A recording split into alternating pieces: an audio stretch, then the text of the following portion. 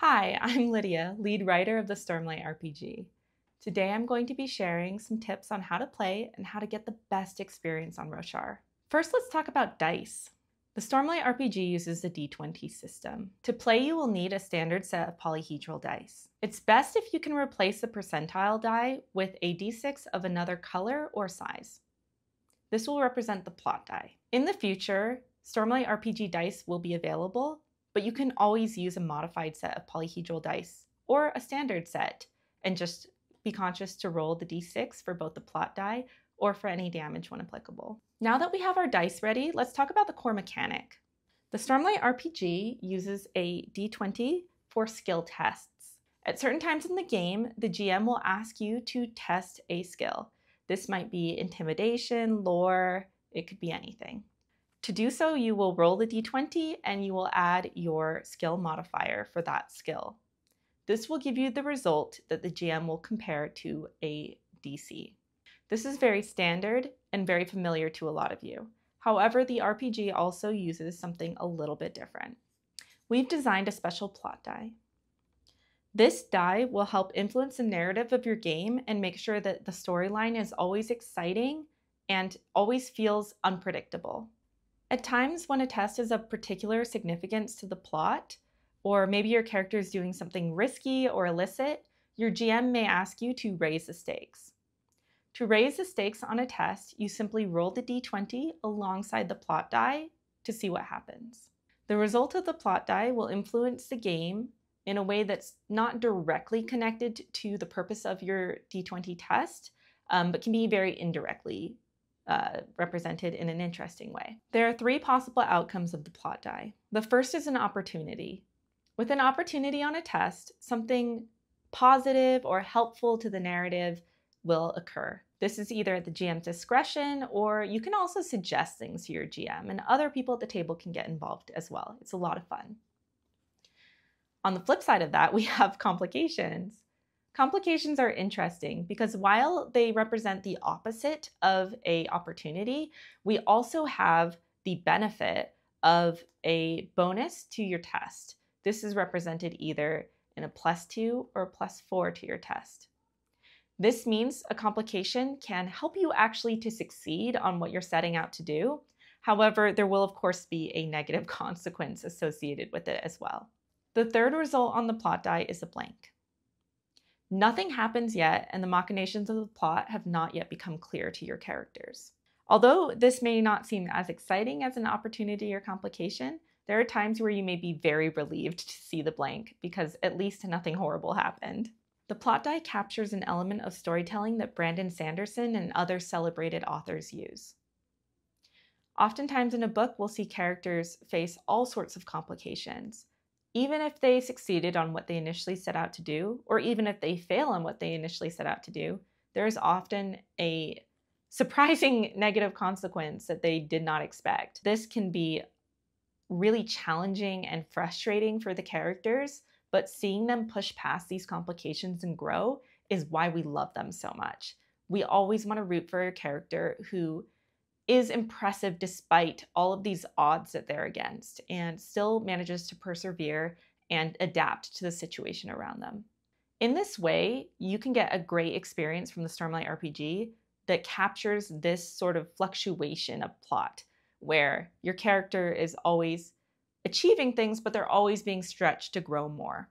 In testing this game, I have been really impressed by how willing and almost eager my players are to pitch ideas for complications that are kind of rough on their characters.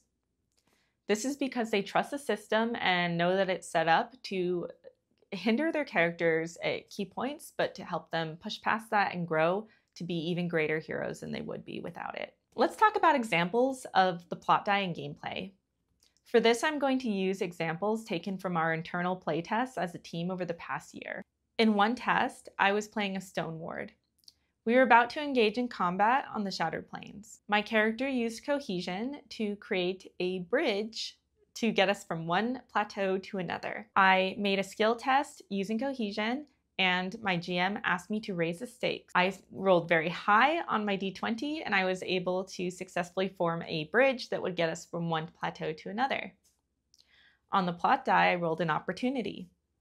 I asked my GM if I could use the opportunity to create an elegant little handrail over the bridge so that we could make sure that everyone could cross safely.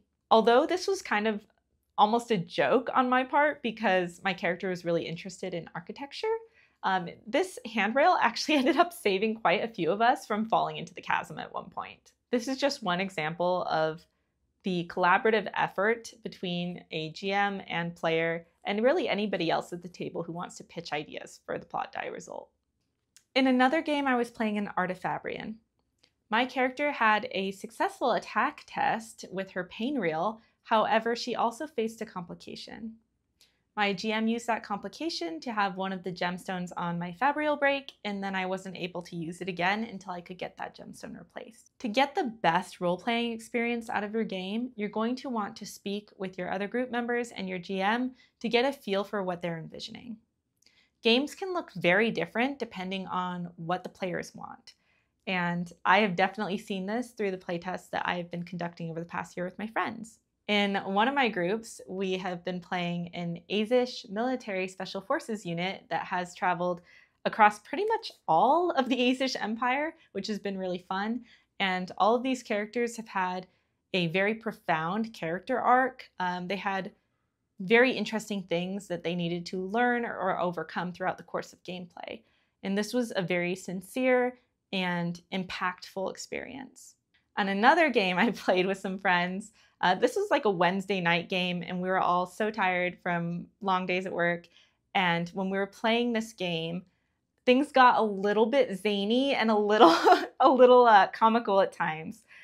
We played a group of Herdazians that had gone to the Pure Lake to open a chowta stand, and my players spent a lot of time trying to source auspicious fish for their chowta, which was kind of interesting. And we even had a Dustbringer in the crew use abrasion to make a nonstick grill. So things can just get as, silly or as profound as you want them to be. And it's a good decision to speak to your group about this in advance, whether in a session 0 or even just checking in as gameplay occurs to make sure that everybody is getting what they hope out of an experience on Roshar. Let's talk about scene types. There are 3 types of scenes. We have conversations, endeavors, and combat.